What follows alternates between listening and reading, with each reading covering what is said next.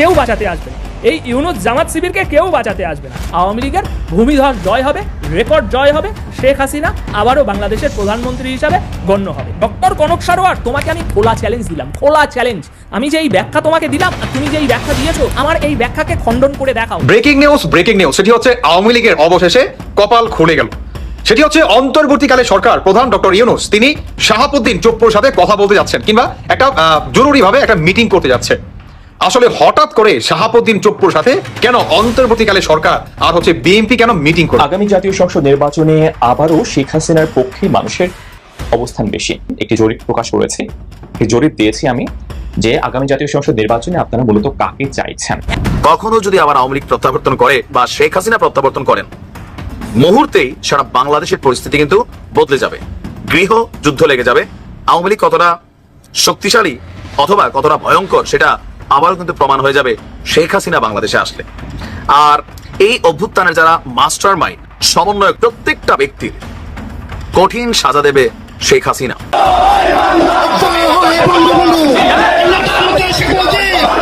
সব জল্পনা কল্পনা কাটিয়ে অবশেষে আজ সকাল থেকে রাজপথে নেমেছে বাংলাদেশ আওয়ামী লীগ। আগামী 19 এবং 20 জানুয়ারি বিশেষ কিছু কি ঘটতে যাচ্ছে, বিশেষ কিছু ঘটবে।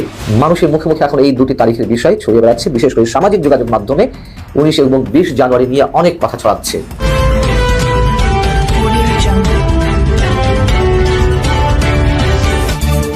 জিএম কাদেরের বিরুদ্ধে মামলা, প্রতিবাদ বিক্ষোভে জাতীয় পার্টি। যুক্তরাষ্ট্রের আইআরআই প্রতিনিধি দলের সঙ্গে এবি পার্টির মত বিনিময়।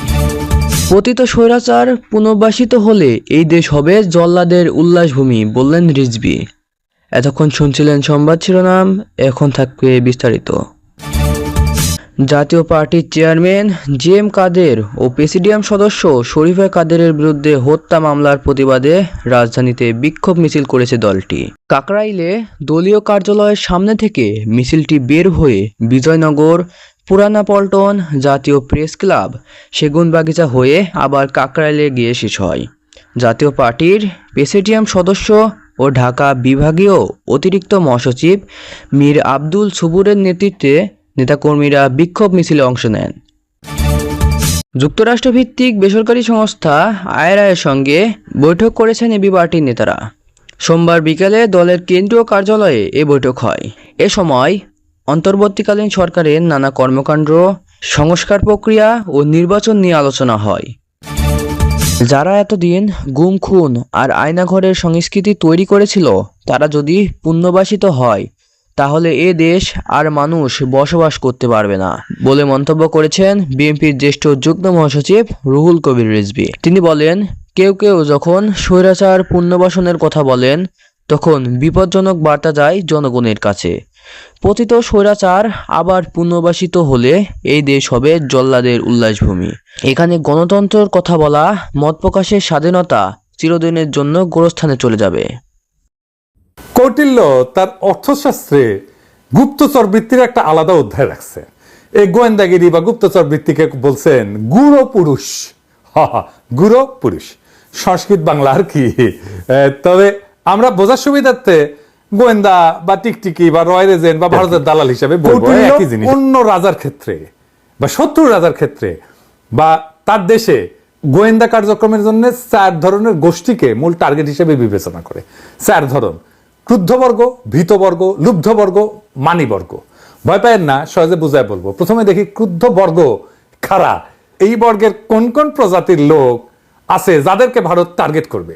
1 নাম্বার, শত্রু রাজা, মানে ভারতের জন্য যে যারা শত্রুপক্ষ, অর্থাৎ আমাদের অন্তর্বর্তী সরকার, যাদের অর্থ বা টাকা দিবে বলে প্রতিশ্রুতি দিছে কিন্তু টাকা দেয় নাই। যেমন ধরেন জুলাই বিপ্লবে আহত ছাত্র জনতা, তাদেরকে টার্গেট করবে। এই যে আহতরা আইসা যে ঘেরাও টেরাও করতেছে, এটার পেছনে ভারতের হাত থাকতেই পারে। 2 নাম্বার, কোন শিল্প, ব্যবসা বা অন্য সুবিধা প্রদানের বিষয়ে যাদেরকে সুবিধা দেওয়া হয় নাই। যেমন ধরেন যারা মনে করে যে উপদেষ্টা পরিষদ অন্য জায়গায় তাদের বেশি লোক নাই, তাদের ব্যবসায়ীরা আশানুরূপ চুরি করতে না পেরে এখন দিশাহারা, তাদের লোকদের ট্রান্সফার, পোস্টিং, প্রমোশন ইচ্ছা মতো হইতেছে না, নাই তো কইছেই বিএনপি থেকে সুপারিশের পর সুপারিশ আসে, সেটা বোধহয় হচ্ছে না এখন, তাই না? যাদেরকে রাজার প্রিয়জনের রাজকুলে ঠাঁই দেয় নাই, মানে মন্ত্রিসভা বা উপদেষ্টা পরিষদে প্রবেশ করতে দেয় নাই, বুঝেছেন তো। এরপরে আছে রাজার আদেশে যারা প্রবাসে সংক্ষুব্ধ অবস্থায় জীবনযাপন করছেন, এটা বোঝা খুবই সহজ। এই যে নবনীতা, বমিতিয়াল, হ্যাঁ, আরিফ, জেপটিকটিকি, আসাদ নূর, এরা সবাই। আবার নতুন কিছু পাগলের আমদানি হয়েছে, যাদের সাথে ওই যে আমার কাটাল রানী রাতে আড্ডা দেয় আর কি, আইতে যে আড্ডা দেয়, এই যে বুঝেছে। তারপরে যাদেরকে রাজা বা আমাদের প্রফেসর ইউনূস ডেকে এনে পরাজিত বা তিরস্কার করেছেন, বকা দিছেন, বুঝাও। তারপরে যারা অনেক ব্যয় কইরাও কাজ উদ্ধার করতে পারে নাই, এই লিস্টে আছে মূলত আওয়ামী লীগের শেষ সময় যে সমস্ত ব্যবসায়ী কাজ পাওয়ার জন্য ঘুষ দিছে, কাজ পাইতে পাইতে তাদের আপায় পালায় গেছে। সো সেই সমস্ত ব্যবসায়ী ছাত্র জনতা বিপ্লবের সময় হাসিনারে তেল দিতে তার কার্যালয়ে গিয়া ভয় নাই আপা বলে আসছে না, তাদের ব্যাপারে সাবধান। তারা ভারতের গুপ্ত এজেন্ট হওয়ার সম্ভাবনা প্রবল।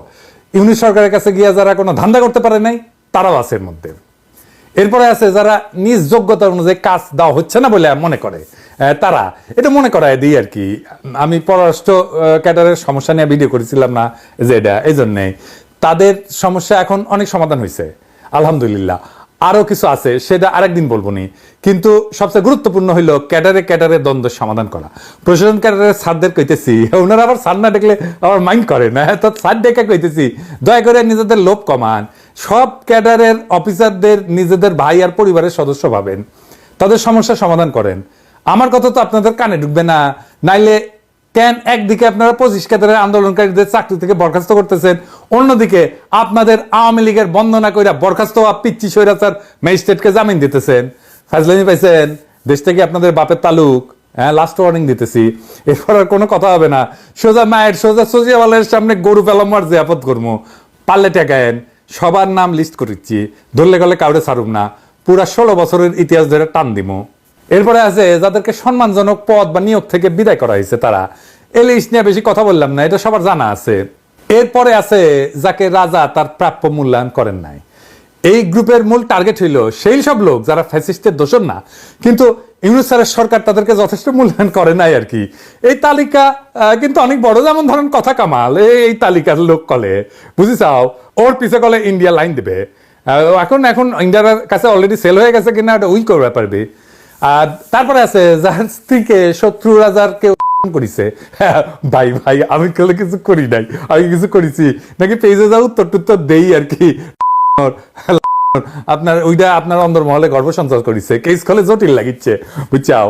এরপরে হইতেছে যাদেরকে কারারুদ্ধ করা হয়েছে, তারাও এই গোত্রে যোগ দিবে।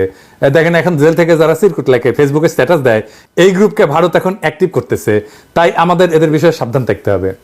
এরপরে আছে বিনা বিচারে অন্যের কথা শুনে যাকে দণ্ডিত করা হয়েছে বেইনসাফি করিয়া। আমি আন্তর্জাতিক অপরাধ ট্রাইব্যুনালকে, আমার মহামান্য সুপ্রিম কোর্টকে অনুরোধ করব, দয়া করে কারো প্ররোচনায় কাউকে বিনা বিচারে সাজা দেবেন না, বেইনসাফি করবেন না। প্রত্যেক অভিযুক্তের ব্যাপারে খোঁজ নেন, তাদের ব্যাকগ্রাউন্ড চেক করেন, যদি দোষী হয় সাজা দেবেন অবশ্যই। অনেক ভালো লোক আছে যারা কিছুই করে নাই, কিন্তু তাদেরকে হয়রানিমূলক মামলা দেওয়া হইতেছে। এই বিপ্লবী চেতনার নাম কইয়া কেউ যেন তাদেরকে ফাঁসিয়া দিতে না পারে, এটা একটু দেখবেন। পুলিশ বাহিনী আপনাদেরকে বলতেছি, আপনারা আওয়ামী দুর্বৃত্তদের কোনো মামলায় বাজ বিচার না করিয়া ঢুকাইতেছেন। আপনাদের বলেন স্যার এটা তো দুর্বৃত্ত, এর মামলায় ঢুকাবো না, মামলায় ঢুকাবেন, অবশ্যই ঢুকাবেন, কিন্তু হাওয়াই মামলায় না। সে যদি দুর্বৃত্তই হয়, তার দুর্বৃত্তপনা খুঁজে বের করেন, সেটা ডকুমেন্ট করেন, তারপরে মামলা দেন সেটার ভিত্তিতে। খাইতে খান্ডারে ভাই, সত্যের পথ, ইনসাফের পথ, এটার কোনো শর্টকাট নাই। ভুয়া মামলা দিয়েন না, ভুয়া মামলায় খালাস পাওয়া যাবে দুর্বৃত্ত। আর যদি ভুয়া মামলায় শাস্তি হয়, তাহলে আপনি মারাত্মক বেইনসাফি করলেন। আর